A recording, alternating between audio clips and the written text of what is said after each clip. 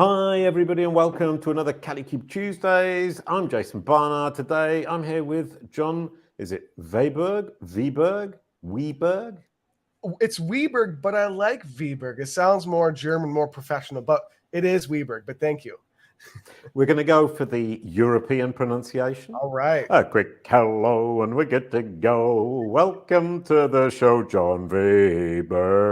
Ooh, I like it. I like it. Nice. Thank you for having me on.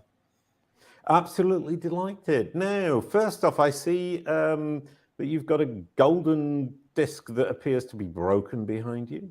Yeah, that is from, I've transitioned my business over the years.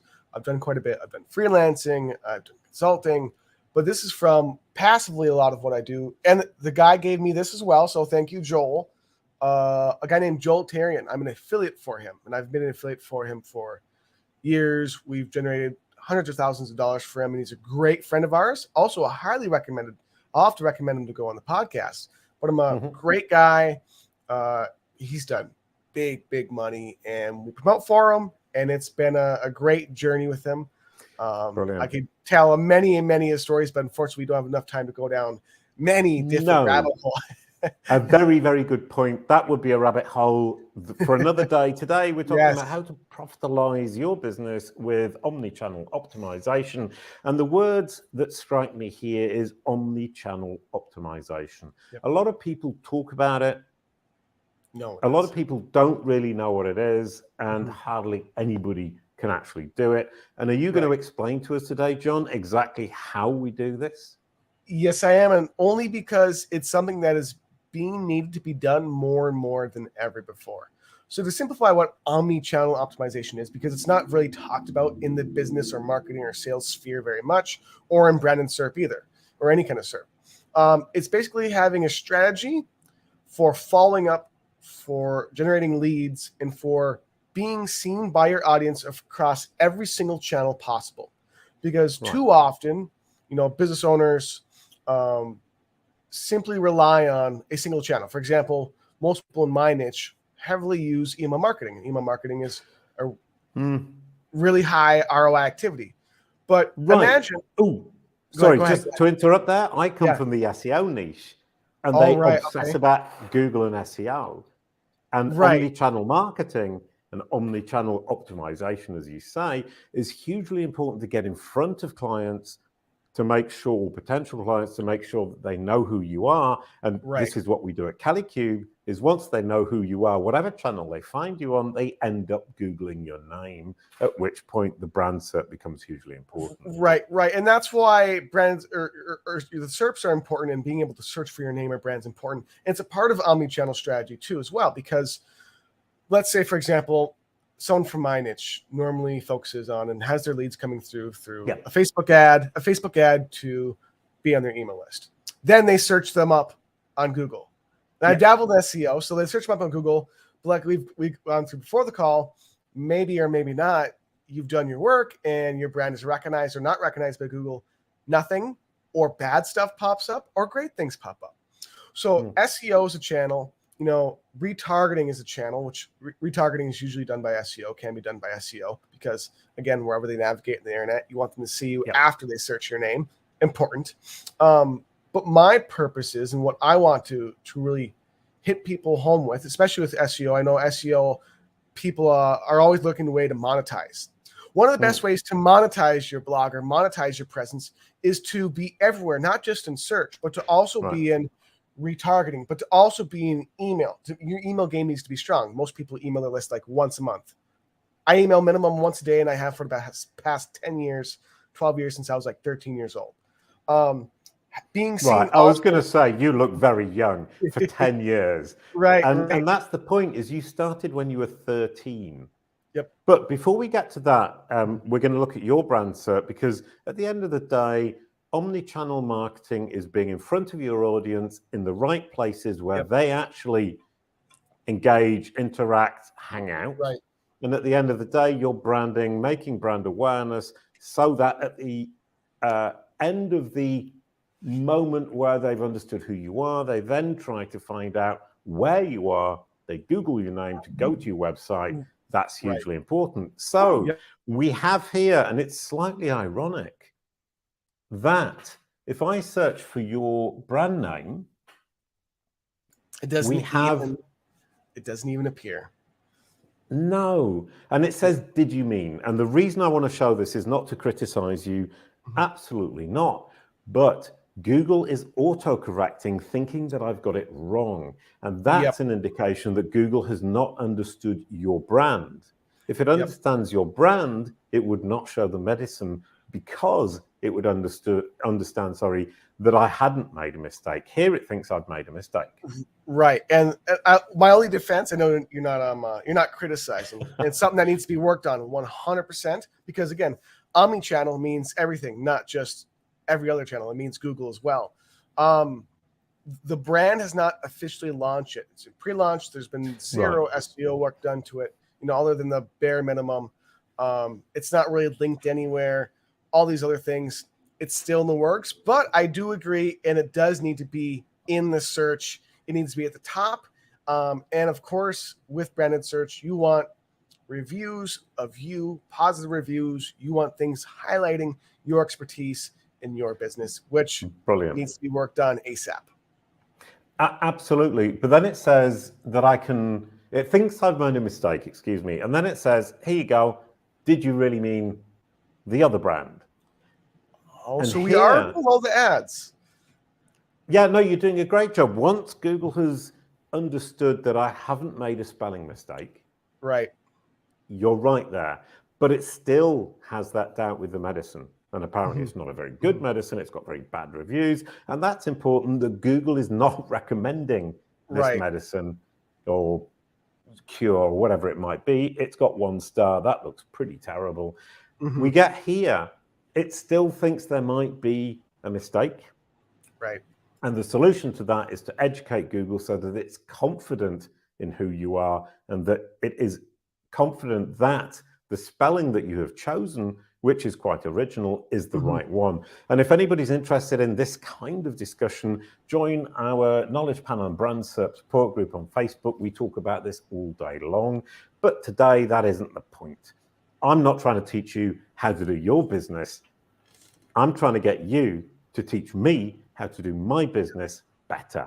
So it's good because it's a combination of both. Because again, omnichannel really is everywhere. So I do appreciate it. And it does go to show that people, while I don't specialize in SEO, you need to learn and go to your skills that you aren't strong in. So I know some SEO, but I haven't done it enough, which is a good point. Just like I'm going to highlight maybe more on email marketing, more on search, more on retargeting that him or you, the listener, may need to learn more about and really specialize in.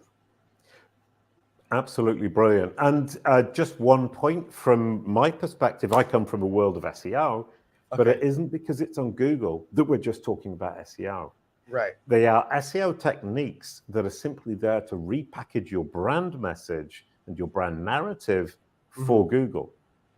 So it's brand optimization in the eyes of these machines, be it Google, Bing Chat, and even now generative AI on search with Google that they announced last week. Has that struck you? Has that frightened you, or has it encouraged you? I was just going to say, I should ask you about that.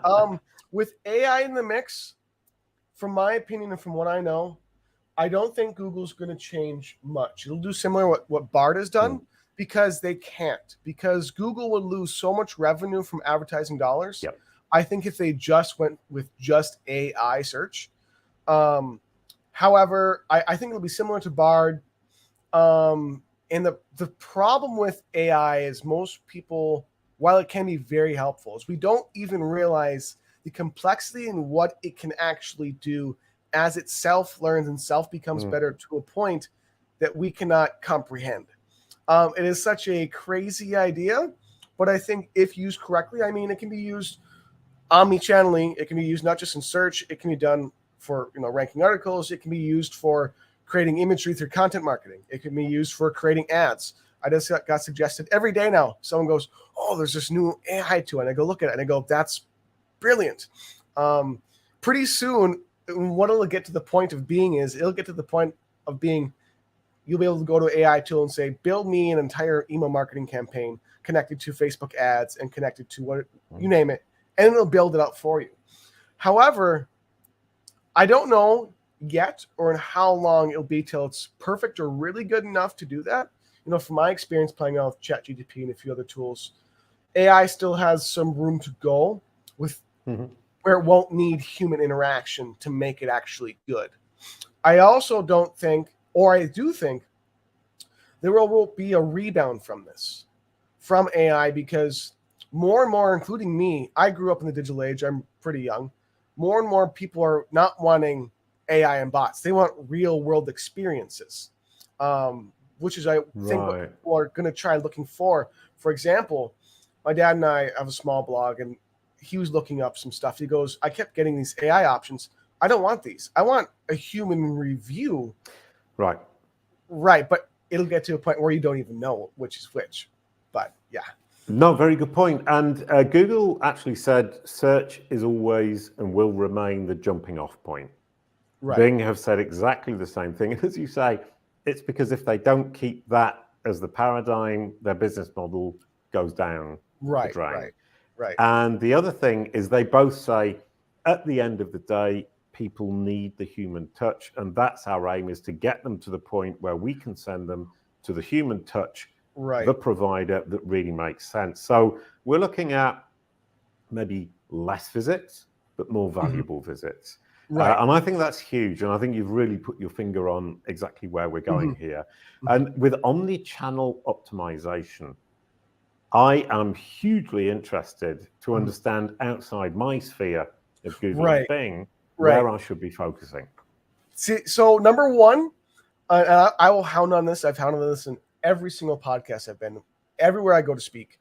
Follow up. For example, how often do you follow up with your email list? You know, never. It's right. And that's what, same thing like you were talking about the SERPs for me, is I say that to everyone. I ask them how often you email list, and it's never. I'm sure you're familiar with Matt Diggity. I'm starting to become friends with him. Really cool guy. We've chatted back and forth about monetization and stuff, and he has a bunch of huge things going on. And it's something that he told me, because we were working on a deal. I don't know how much I should say or not say, but we were working on a potential deal together. And he goes, well, there's too much going on for monetization. And I'm on his email list, and I know how much I know how much everyone's email list, the big players, I'm on their email list. I know how often you email. It's never enough. So the biggest issue is most people are fearful they're spamming their list, right? They're going to get too much.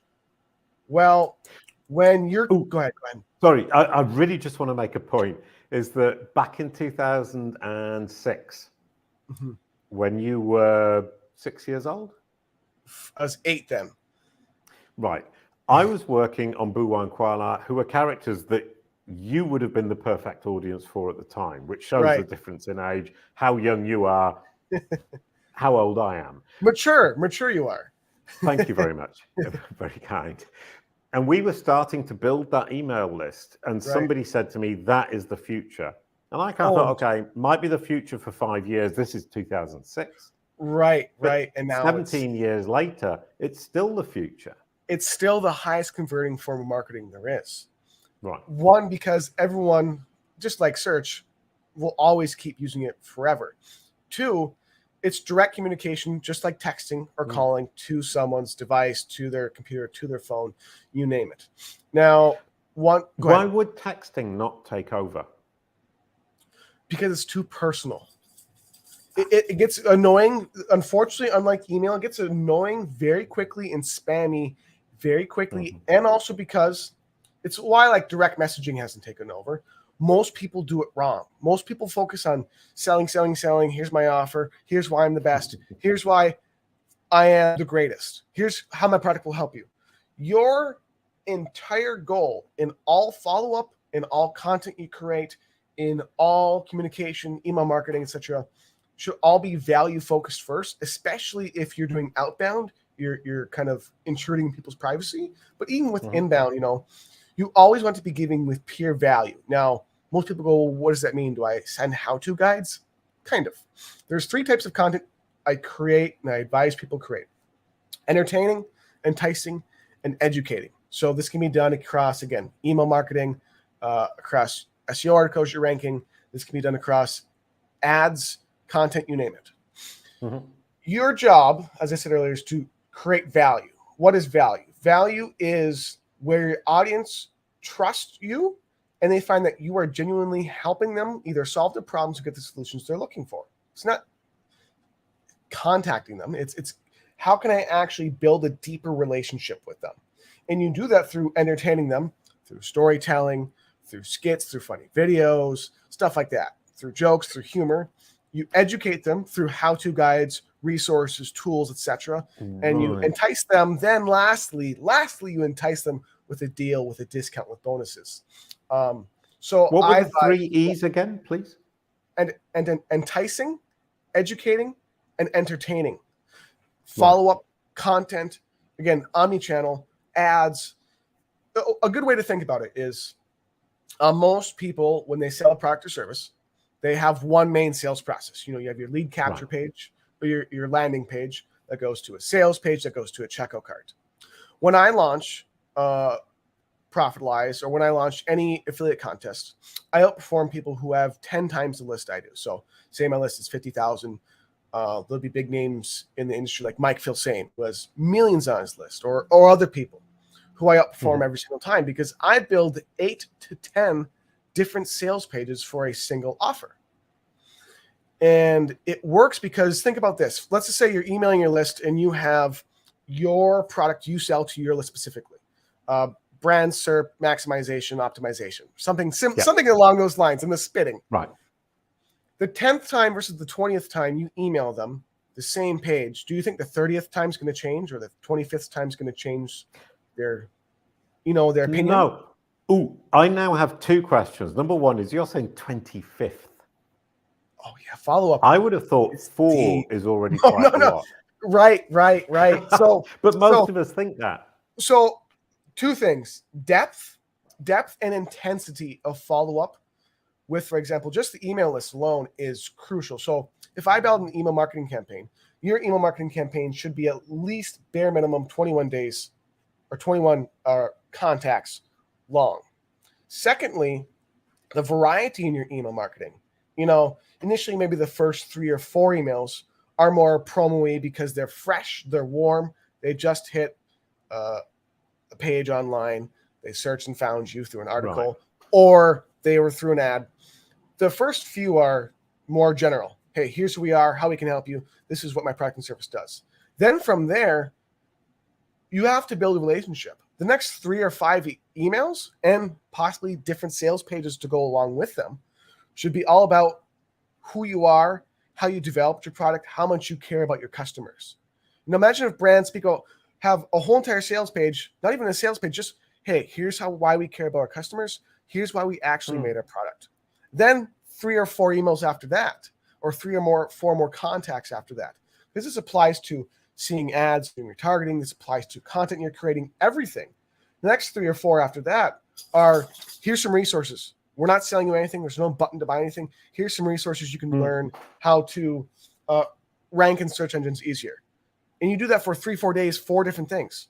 And you keep stacking value in your follow-up, in your content, in everything you're doing. What happens is you build such a stronger relationship with your audience. They retain for longer, which customer retention is king of all profit. They retain for longer. Your leads retain longer. Customers retain longer. And your conversion rates from lead to sale or audience to sale is drastically higher because you're showing your audience you actually care about them by actually helping them. Right. Now, a couple of questions there. Number 1 is, if you email me 25 times in 25 days, I very quickly either think I like this and I'll keep reading, or I don't like it, don't like the person, don't like the company, unsubscribe. Right. So that's where there's a need for one. You'll see less people on your email list getting bored by having the variety of what I'm talking about, the variety of how you're following up. Also, you're also not just emailing them, but increasing your effectiveness conversion by texting them, calling them, doing everything else. And as well, there's people who are going to buy today. They're going to buy, some other groups of people buy later, and some groups of people buy. I've had people who've been on our email list we know personally that have bought 5 years after, 7 years after. So it's one, there's a necessity for a long time. Seriously, there's a need for constantly building and deepening that relationship. And two, also having more than one product and service, having a variety from low ticket to high ticket. So you also meet not just the interest in how you relate to your leads and customers, but also the actual budgets they have, because people do have budgets. They actually can't, the sales guy to me goes, no, I can get anyone to buy anything at any price, which I probably could. But the anti-sales guy in me goes, well, there's some people who actually can only afford or are interested currently in this range of product and services. So something with monetization, for example, especially if you're in search, you probably have one main offer or one main series of offers. I advise everyone, whether it's your own offers or you have to partner with another company or start doing affiliate marketing and find other related product and services. Once you get to about 21, like you're saying, once it gets extended 21 days to like 40 days for a lead, that's when you go, okay, they're not buying any of my main product and services. And if they haven't purchased after 30 days, maybe they want something else. So then you bring them and segment them to another email list to, again, give value, but offer them other related product and services that they might also want. And again, also at different price points. So you have to, it's constantly a battle of variety, in depth, and never ending follow-up. Because there's so much competition. There's so much competition going on right now. Right. I'm sorry, with the idea of follow-up, you're saying if I have somebody who is more or less interested in what I'm doing, I actually know all the people who can serve them with what they actually need. I just need to figure out what that is. Right. Because again, let's just say you've done everything I've told you to do with variety and entertaining, educating, and enticing follow-up over 21 days, 30 days, and they still haven't bought. It may not be, again, I'm always thinking about how I can actually serve the customer better. It may not be that they don't value my offer and what I have. It might just be not exactly what they're looking for. So you want to offer them a different related product and service. And again, you may not have it. Most companies don't have it. For example, agencies, any SEO agencies listening to this, you are screwing yourself over every single day. For example, because most SEO agencies and agencies in general only offer their agency services. Past that, maybe they have a lead magnet, but that's it. Why don't they offer consulting? Some do offer consulting. Some are full service. But if you're not full service, you can extend to full service. And if you're not full service, you don't want to extend to full service, make some JV partnerships and work with a different agency that does the ad creatives or that does the lead generation, the other stuff you don't do with how you operate your SEO agency.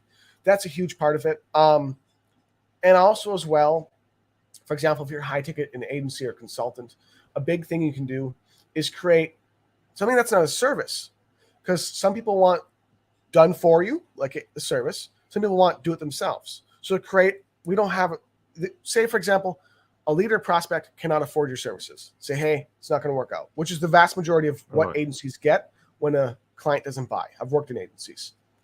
You should have a course for a fifth of the price, because you'll still land them as a customer at, let's just say, $497. Instead of $4,000 a month, you land them as a customer at $497. And then because they go through your course, if your course is good, they'll improve their business and generate more money. Now they can afford your SEO services. And they also bought from you, which deepen their relationship with you as a customer. So there's so many different things. Yeah. No, that's delightful as well. And what we've done at Kalicube the last few months is formalize that of saying we have the different levels. Whoever you are, whatever your budget is, we can help you. Right. It's just a question of which one you need. Coaching courses, done for you services on a one-off basis, done for you services ongoing. And it works really, really well in the sense that you're saying, what do you need? What budget do you have? What are you looking to achieve? Which of these offers can suit you? But my next question is, we've talked about email marketing. How can you apply that same idea, that same approach to, let's say, social media? You would do the same thing with your content creation on social media. So I've done this many times for businesses that, again, usually when you come across a business's social media posts, they're all about the business, how they serve their customers. They're very basic. They're generic. They're the same thing. I say apply the same entertaining, enticing, and educating types of communication follow-up to their content. So content I create, for example, like when I launch Profitalize, I'm going to have, I'll cover content marketing, social media, but I'll also cover ads. If you look up the Harmon brothers, you should watch their ads. They're fantastic. The Harmon brothers create very humorous, funny, entertaining ads. So whether I'm creating social media content or whether I'm advertising, let's just say I want to convert as much of my audience into loyal followers first, then buyers. I'm going to have a bunch of content that's around humor, making fun of the competition, pointing out, making fun of myself. Then I'll have, a bunch of content, or I'll create different ads or videos or you name it, going around why we're the best, why we care about our customers so much. Then I'll have another one around testimonials and reviews our customers have given us. And I'll keep doing that for every other possible logical and emotional way I can relate to the customer while covering their objections and covering the things they desire the most. Right. So you're using almost a little bit of copywriting language and thoughts in this, because what's happening, why people don't buy, is because either A, they don't trust you enough, they have not received a in-depth or long enough follow-up, or they have not seen your content for long enough, seen your ads long enough, or B, you have not said something that has caused them to buy from you. Now, what that means, what they have not seen that has caused them not to buy from you, is you've not covered their main pain or pleasure point they're looking for or thinking about. Again, some people it's pricing. Some people it's they don't trust you enough because they don't actually relate to you, which is why the entertaining and educational stuff helps. Right. Again, you can cover any spectrum of these different things people are looking for, and that's why there's the need for the depth and the variety of content created on social media, on how you're following up with your email list, on all these different things, because it's why people buy now versus some buy later, because your initial normal way of communicating through any form of marketing and sales only gets so many people's main objections and the main pleasure points. It's why you have to create a variety to relate to them as a human across different areas of what they're interested in, because not everyone is the same in your audience. Right. Sorry. Yeah. And you mentioned variety, but earlier on, about 20 minutes ago, you mentioned multiple landing pages. And that there is a disagreement about, do I need one or do I need 15, 20, right. The phones and stuff. I would honestly advise most people on 3 or 4. 8 is excessive, but it is highly successful. But I was going for 20. Well, you could, because then you're able to. It depends on if you're following up often. You're following up often, the more is the better, because then again, you keep reaching different sections of the people in your audience upon where their main concerns lie. But most people that have just one, start with 3.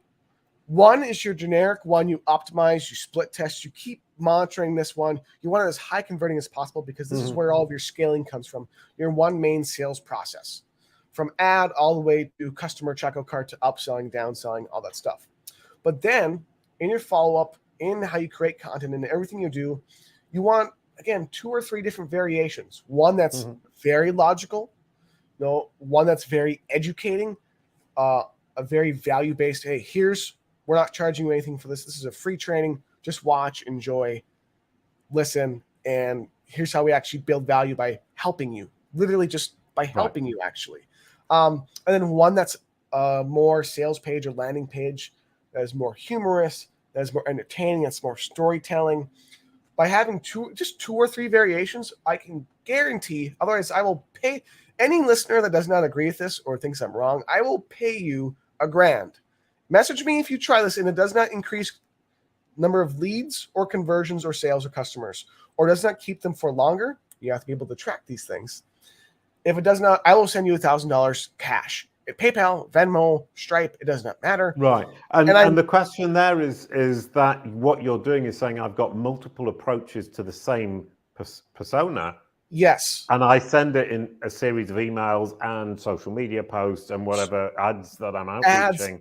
Everywhere. And getting them in the same person to the same, or to the 3 different pages, because one of them will resonate. Yes, because again, you're dealing with just regular human beings. We forget that. And not everyone relates to the same information the same. For example, I like reviews, strong reviews, because I've worked with some agencies that ended up in bad experiences. So I love reviews, and I love a unique looking like website or brand. I like a unique, not the same messaging as anyone else. So the Harmon brothers, a copywriter named Daniel Doan is a good friend of mine. He has a very different look. He also probably has a very good branded SERP. But I care about that. You might care more about, I want to know how it actually helps me. Some people maybe more on, they're more emotional. So they want a really good story that draws them in, you know? So you have to do this. And if you don't, I'm not saying that it's not effective just to do what other businesses are doing or what you're doing already, because many businesses are very profitable. It will take your profits, especially if it's done across follow-up ads, texting, calling, every form of follow-up, every form of content. It will take your conversion rates far beyond that of anything you've ever experienced before. And again, I've proven this, especially in my affiliate marketing, because I've had to do it because, like I told you, where I came from, our family was absolutely broke. We were almost homeless. I was actually almost homeless twice, because when I moved out, when I was 18, 19, I shouldn't have moved out yet. And I moved out with my girlfriend who wasn't working. So I was paying for all the bills, couldn't afford it, yada, yada. Anyways, we had to use these techniques in launching products and services because we needed more conversions. Like, I need more people to buy. I have to make it happen. So I would literally, real quickly, this has generated sales, videos of me in the shower above the waist, videos of my head in a dryer. I have created all kinds of unprofessional, quote unquote, different kinds of videos, sales pages, you name it, but they convert because they're human. People buy from human, not from businesses. And because I learned I have to relate to them in some way. I have to generate a buyer. I don't care how creative I have to be. I'm willing to do what needs to be done to make it happen. Right. No, 100%. But what I retain from that is more along the lines of, we tend to think in personas, but in fact, within each persona, we have different types of people. So we need the emotional content. We need the logical content. And this for each and every persona. And we can't say, because we've identified a persona, that they're all going to react the same. We're all human beings. Right. And that multiplies the necessity, the ways we need to communicate, which is absolutely brilliant. And we need to do that across multiple channels. Now, the question at the end of the show is, how does branded search help with omnichannel optimization? You've got a minute, John. It is crucial, because branded search is another channel that people go to find more information about you, whether they're looking for reviews, whether they're looking directly to buy from you, whether they're looking just to learn more about you, your name, who you are, what your products are. And it's needed because, again, in today's market, there is so much competition. You are dealing with people's personal lives, their lives with their relationships, their lives with their spouses, their friends, competitors. You're dealing with so many different competitors, not just directly, but indirectly, that you need to stand out across every channel possible. And branded search is one of them. And I couldn't highly recommend, along with email follow-up, content marketing, ads, retargeting, everything you're doing already. You need to make sure branded search is another one of those focuses, just like I need to focus on that for my own business. Brilliant. It's all well and good getting in front of your audience across multiple channels. Everywhere. But at the end of the day, they're going to search your name at some point, and it's super important that is absolutely our message. Thank you so much, John. That was brilliant. I absolutely loved it. There are lots of amazing tips, and we need to implement many of them at Kalicube. Now I'm going to introduce everybody to David Avrin, how to become ridiculously easy to do business with. We've already had David on the show. He's brilliant, he's delightful, he's entertaining, and he's full of amazing advice. So do come along. Please, John, could you pass the baton? I would absolutely love to. David is an amazing speaker. I've actually looked up his own branded SERP, and I've taken a look at his content. One, he's devilishly handsome. Two, he is great at what he does. If you watch his speaking, and this is how you tell if an expert is actually good at what they do, listen to the depth of what they preach about, because then you're able to identify if they're actually knowledgeable on speaking, for example. He is a very well multi-book self-published author. And if you take a look at how he speaks, how he educates, his presence, you can tell that he's a true professional. And I am sure that you guys are going to absolutely love him returning to the show. David is an excellent, ethical, and great guy who I'm actually going to learn more about myself right after this. Brilliant. That was really, really well said. David is indeed everything you just said, and your research into him does indeed prove that. Thank you so much, Jon. Thank you, everyone, for watching. Thank you for everybody for listening to Branded Search and Beyond with Jason Barnard. And you get the outro song. A quick goodbye to end the show. You guys Thank later. you, Jon. Thank you. Sing back. Go for it, Jon. Sing your song. Make sure you do omnichannel optimization so you see higher conversions. Brilliant. Thank you so much. Kalicube. It's all about your brand SERP.